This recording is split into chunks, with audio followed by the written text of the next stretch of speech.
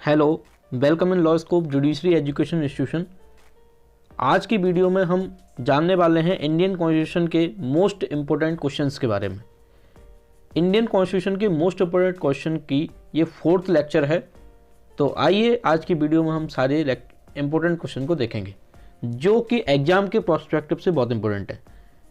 Video को start करने से पहले एक चीज़ मैं आप लोगों से बोलना चाहूँगा, यदि आपने हमारा यूट्यूब चैनल सब्सक्राइब नहीं किया है तो जल्दी से सब्सक्राइब कर लीजिए, जिससे आपको सारी इंपॉर्टेंट नॉलेज, सारी इंपॉर्टेंट वीडियो आपको मिलती रहे। और इस वीडियो की पीपीटी लेने के लिए आप हमारे टेलीग्राम ग्रुप को जरूर ज्वाइन करें, जिसमें आपको इसकी पीडीएफ मिल जाएगी। तो चलिए स्टार्ट करते हैं आज की वीडियो को। तो सबसे पहले हम बात करें, हम कुछ स्लाइड्स इसके अंदर देखेंगे, एक एक पॉइंट मैं आपको बताता जाऊंगा। सबसे पहले आता है मूल कर्तव्यों को किस भाग तथा अनुच्छेद में डाला गया है। तो इंडियन कॉन्स्टिट्यूशन के पार्ट नंबर 4A और आर्टिकल 15A के अंतर्गत हमने फंडामेंटल ड्यूटीज़ को इंसर्ट किया, हमने डाला है। और फंडामेंटल ड्यूटीज़ जो हैं 42nd अमेंडमेंट के माध्यम से हमने इंसर्ट की हैं इंडियन कॉन्स्टिट्यूशन के अंदर। दूसरा क्वेश्चन आता है 10वीं अनुसूची के किस संविधान संशोधन के द्वारा जोड़ी गई, यानी कि 10th शेड्यूल जो है उसको कौन से अमेंडमेंट के माध्यम से जोड़ा गया। तो 52वें संविधान संशोधन अधिनियम 1985 में हमने इसको इंसर्ट किया 52वें सेकंड अमेंडमेंट के माध्यम से। तीसरा क्वेश्चन आता है भारतीय संविधान में अनुसूचियों की संख्या कितनी है। तो 12 अनुसूचियां हैं टोटल भारतीय संविधान में। लेकिन यदि बात की जाए, आपसे क्वेश्चन पूछा जाए कि इंडियन कॉन्स्टिट्यूशन के बनने के समय, जब इंडियन कॉन्स्टिट्यूशन बना तो उसमें टोटल कितने शेड्यूल थे, तो सिर्फ 8 शेड्यूल थे। बाद में हमने 4 शेड्यूल 9, 10, 11, 12 इनको इंसर्ट किया, तो आज के डेट में 12 शेड्यूल है। 4th क्वेश्चन आता है किस अनुसूची में पंचायती राज व्यवस्थाओं का वर्णन किया गया है। जो पंचायती राज के बारे में कौन सी शेड्यूल में दे रखा है, तो वो शेड्यूल में दे रखा है 11 शेड्यूल में। और 11 शेड्यूल को हमने इंसर्ट किया था 73rd अमेंडमेंट 1992 में, जिसमें हमने पंचायती व्यवस्था को लेके आए। 5th नंबर आता है भारत की 22 भाषाओं का उल्लेख किस अनुसूची में मिलता है। तो इंडियन कॉन्स्टिट्यूशन में 22 जो भाषाएं हैं उनका उल्लेख हमें 8वीं अनुसूची में मिलता है। 6th क्वेश्चन देखिए 92nd संविधान संशोधन द्वारा कौन कौन सी भाषाएं जोड़ी गई। तो 92वें संविधान संशोधन के माध्यम से हमने 8वीं शेड्यूल में, 8th शेड्यूल में कुछ भाषाएं हमने जोड़ी, जिनका नाम है बोडो, डोगरी, मैथिली और संथाली, जिसको हम BDMS शॉर्ट फॉर्म में बोल सकते हैं, याद रखिए। 7 क्वेश्चन आता है केंद्र तथा राज्य के बीच शक्तियों का बंटवारा किस अनुच्छेद के अंतर्गत आता है, या किस अनुसूची के अंतर्गत आता है। तो केंद्र और राज्यों के बीच शक्तियों के बंटवारे के बारे में 7 शेड्यूल में दे रखा है। 7वीं अनुसूची में 3 लिस्ट दे रखी हैं। First list is union list, second list is state list और third list is concurrent list. इसमें हमने कुछ सब्जेक्ट मैटर दे रखे हैं कि जिनके माध्यम से हमने इनको डिस्ट्रीब्यूट किया है पावर्स को। 8 क्वेश्चन आता है अवशिष्ट शक्तियों को केंद्र को सौंपने का लक्ष्य लिया गया है किस कॉन्स्टिट्यूशन से। तो वो कनाडा के कॉन्स्टिट्यूशन से लिया गया है, कनाडा के संविधान से लिया गया है। 9th आता है 7वीं अनुसूची में किस प्रकार की अनुसूचियों का वर्णन है। तो 7वीं अनुसूची में संघ सूची, राज्य सूची और समवर्ती सूची, जस्ट मैंने आपको अभी बताया 3 शेड्यूल उसके अंदर दे रखी हैं, तो 3 लिस्ट दे रखी हैं, तो उनके बारे में। लास्ट क्वेश्चन आता है किस अनुच्छेद द्वारा भारत का गवर्नर जनरल पद सृजित किया गया। किस अधिनियम द्वारा। तो 1833 का चार्टर एक्ट है, उसके माध्यम से हमने भारत का गवर्नर जनरल का जो पद है उसको हमने इंसर्ट किया है। चलिए इसके आगे हम बात करते हैं कुछ और फैक्ट के बारे में। सबसे पहला आता है किस अनुसूची में अनुसूचित क्षेत्रों और अनुसूचित जनजाति के बारे में वर्णन किया गया है। तो भारतीय संविधान के 5वीं अनुसूची में इसके बारे में वर्णन किया गया है, 5th शेड्यूल में। नेक्स्ट क्वेश्चन भारत के प्रथम वायसराय कौन थे। तो लॉर्ड कैनिंग भारत के प्रथम वायसराय थे। नेक्स्ट दल बदल विधेयक से संबंधित प्रावधानों का उल्लेख संविधान के किस अनुसूची के अंतर्गत आता है। तो 10वीं अनुसूची में इसके बारे में प्रोविजन है, ऐसा हमें इसके अंदर मिलता है। 4th क्वेश्चन 14 वर्ष से कम आयु के बच्चे कारखाने में काम नहीं कर सकते किस अनुच्छेद के द्वारा कहा गया है। ऐसा प्रोविजन आपको इंडियन कॉन्स्टिट्यूशन के आर्टिकल 24 में मिलता है, 24वें अनुच्छेद में। 5th वायसराय का पद कब सृजित किया गया? तो 1858 का भारत शासन अधिनियम के माध्यम से हमने इसको बनाया और सृजित किया। नेक्स्ट, हम भारत के लोग जैसी शब्दावली का उल्लेख संविधान में कहाँ किया गया है? तो ऐसा उल्लेख इंडियन कॉन्स्टिट्यूशन की प्रीएम्बल में किया गया है। 7th क्वेश्चन, न्यायिक समीक्षा की अवधारणा कहाँ से ली गई है? तो न्यायिक समीक्षा की अवधारणा अमेरिका के संविधान से ली गई है। नेक्स्ट, बंगाल के पहले गवर्नर जनरल कौन थे? तो बंगाल के पहले गवर्नर जनरल वॉरेन हेस्टिंग्स थे। 9th, राष्ट्रपति किस अनुच्छेद के द्वारा दोनों सदनों की संयुक्त बैठक बुलाता है?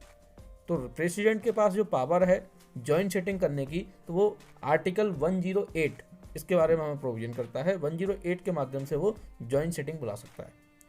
10th, सर्वोच्च न्यायालय के प्रथम मुख्य न्यायाधीश कौन थे?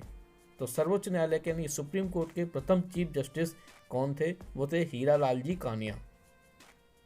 वेरी इंपॉर्टेंट क्वेश्चन है, बहुत अच्छे से याद रखिए। चलिए नेक्स्ट देखते हैं। फर्स्ट क्वेश्चन आता है, भारतीय संविधान का सबसे बड़ा स्रोत क्या है? तो भारतीय संविधान का सबसे बड़ा स्रोत भारत शासन अधिनियम 1935 का जो एक्ट था हमारा, उसके माध्यम से ही अधिकतर प्रोविजन उसके उसी के अंदर है, कॉन्स्टिट्यूशन के अंदर। सेकंड बोलता है, पंचायती राज संस्थाओं की संवैधानिक मान्यता हेतु किस समिति ने सिफारिश की थी? तो पंचायती राज संस्थाओं की संवैधानिकता के लिए लक्ष्मी मल्ल सिंघवी कमेटी ने सुझाव दिया था, सिफारिश की थी, उसके माध्यम से ही हमने इसको इंसर्ट किया। थर्ड बोलता है, 1935 के अधिनियम को किसने दास्ता का अधिकार पत्र कहा? तो दास्ता का अधिकार पत्र पंडित जवाहरलाल नेहरू जी ने कहा। फोर्थ क्वेश्चन, संविधान सभा के संवैधानिक सलाहकार कौन थे? तो संविधान सभा के संवैधानिक सलाहकार सर BN राव थे। विधि दिवस कब मनाया जाता है? ऐसा फिफ्थ क्वेश्चन हमें बताता है। तो 26 नवंबर को हम विधि दिवस के रूप में मनाते हैं। 6, मंत्रिमंडल शब्द का उल्लेख किस अनुच्छेद में है? तो मंत्रिमंडल शब्द का उल्लेख अनुच्छेद 352 में है, जिसमें हम इमरजेंसी के प्रोविजन करते हैं। 7 क्वेश्चन, प्रथम बार राष्ट्रीय ध्वज कब फहराया गया था? तो प्रथम बार राष्ट्रीय ध्वज 26 जनवरी 1930 को फहराया गया। 8 क्वेश्चन, शिक्षण संस्थाओं में धार्मिक शिक्षा की प्रतिबंध किस अनुच्छेद के तहत लगाया गया है? तो आर्टिकल 28 इसके बारे में प्रोविजन करता है कि धार्मिक शिक्षा पर हमने प्रतिबंध लगाया है। 9th, कांग्रेस के किस अधिवेशन में पूर्ण स्वराज की घोषणा हुई? तो लाहौर अधिवेशन 1929 में जो हुआ, उसमें पूर्ण स्वराज की घोषणा की गई थी। 10th क्वेश्चन देखिए, मतदाता की आयु 21 वर्ष से घटाकर 18 वर्ष किस संविधान संशोधन द्वारा की गई? तो 61th अमेंडमेंट 1989 यानी कि 61वें संविधान संशोधन के माध्यम से हमने 21 वर्ष की आयु को घटाकर हमने 18 वर्ष की फंडामेंटल राइट जो कॉन्स्टिट्यूशनल राइट है हमारा, आर्टिकल 326 में हमें इसके बारे में प्रोविजन मिलता है। नेक्स्ट स्लाइड हम देखते हैं। नेक्स्ट स्लाइड का फर्स्ट क्वेश्चन देखिए, डॉक्टर भीमराव अंबेडकर किस प्रदेश से संविधान सभा के सदस्य थे? तो ये मुंबई से संविधान सभा के सदस्य थे। सेकंड क्वेश्चन देखिए, राष्ट्रीय ध्वज की डिजाइन किसने तैयार की थी? तो राष्ट्रीय ध्वज की डिजाइन जो थी पिंगली वेंकैया जी ने तैयार की थी, याद रखिए, बहुत इंपॉर्टेंट क्वेश्चन है। थर्ड क्वेश्चन देखिए, आधुनिक भारत का मनु किसे कहा जाता है? तो आधुनिक भारत का मनु डॉक्टर भीमराव अंबेडकर को कहा जाता है। Very important question. Fourth question देखिए, दोनों सदनों की संयुक्त बैठक को बुला सकता है, किसके पास पावर है? अभी जस्ट हमने देखा था इसको, तो ये पावर प्रेसिडेंट के पास है। नेक्स्ट, भारत में प्रथम आम चुनाव कब हुआ? तो भारत में प्रथम आम चुनाव 1951 और 1952 में हुआ था। 6 क्वेश्चन देखिए, नवी अनुसूची किस संविधान संशोधन द्वारा जोड़ी गई? तो 9th शेड्यूल जो है हमारा प्रथम संविधान संशोधन अधिनियम 1951 द्वारा, यानी कि फर्स्ट अमेंडमेंट जो हमने किया इंडियन कॉन्स्टिट्यूशन के अंदर, उसके माध्यम से हमने इसको इंसर्ट किया था। नेक्स्ट देखिए 7 नंबर, संविधान संशोधन द्वारा प्रस्तावना में संशोधन किस संशोधन के द्वारा किया गया? तो 42वें संविधान संशोधन के माध्यम से हमने इंडियन कॉन्स्टिट्यूशन की प्रीएम्बल में अमेंडमेंट किया। और सबसे इंपॉर्टेंट बात मैं आपको बताऊं कि अभी तक इंडियन कॉन्स्टिट्यूशन के अंदर सिर्फ और सिर्फ जो प्रियम्बल है उसकी, उसमें सिर्फ और सिर्फ एक बार अमेंडमेंट हुआ है। ठीक है, नेक्स्ट 8 नंबर देखिए, शोषण के विरुद्ध अधिकार किस अनुच्छेद के अंतर्गत आता है? तो शोषण के विरुद्ध अधिकार आर्टिकल 23 और 24 इसके अंदर हमें प्रोविजन इसके अंदर मिलते हैं। नेक्स्ट, मौलिक अधिकार किस देश के संविधान से लिए गए हैं? तो जो हमारे फंडामेंटल राइट हैं वो कौन से देश के कॉन्स्टिट्यूशन से लिए गए हैं? तो वो लिए गए अमेरिका से। 10th क्वेश्चन मिलता है, किस संविधान संशोधन द्वारा दिल्ली को राष्ट्रीय राजधानी का दर्जा दिया गया? तो 69वें संविधान संशोधन द्वारा, यानी कि 69वें संविधान संशोधन के माध्यम से हमने दिल्ली को राष्ट्रीय राजधानी का दर्जा दिया था। नेक्स्ट स्लाइड पर हम आते हैं। नेक्स्ट स्लाइड का फर्स्ट क्वेश्चन देखिए, ईस्ट इंडिया कंपनी के शासन का अंत किस अधिनियम द्वारा किया गया? तो ईस्ट इंडिया कंपनी के शासन का अंत हमने भारत शासन अधिनियम 1858 के माध्यम से हमने किया। नेक्स्ट सेकंड क्वेश्चन, लोक लेखा समिति में कितने और किस सदन के सदस्य होते हैं या तो हमें 22 सदस्य होते हैं, लोकसभा के 15 और राज्यसभा के 7। नेक्स्ट क्वेश्चन थर्ड नंबर देखिए, राष्ट्रीय आपात किस में कौन सा अनुच्छेद का निलंबन हो जाता है? तो राष्ट्रीय आपात में आर्टिकल 19 के जितने भी प्रोविजन है उनका हम निलंबन कर सकते हैं, ऐसा हमें प्रूफ मिलता है। फोर्थ क्वेश्चन देखिए, संसद की प्रथम बैठक कब हुई थी? तो संसद की प्रथम बैठक 13 मई 1952 को हुई। कौन अपने पद की शपथ नहीं लेता है? तो लोकसभा का अध्यक्ष अपने पद की शपथ नहीं लेता है। सेक्शन वाइज कीजिए, इसको याद रखिए। 5th number question.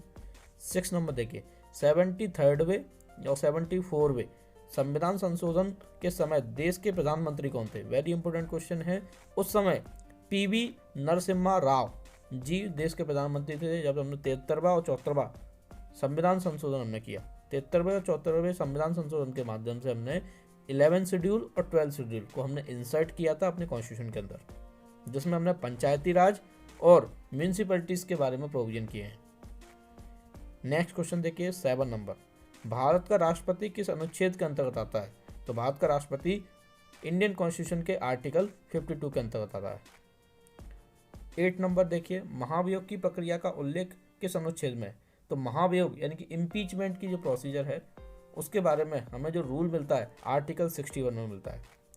9th question देखिए, भारत का उपराष्ट्रपति किस अनुच्छेद के अंतर्गत आता है? तो इसके बारे में आर्टिकल 63 में प्रोविजन किया गया है। 10th नंबर, भारतीय संविधान का मैग्ना कार्टा किस भाग को कहा जाता है?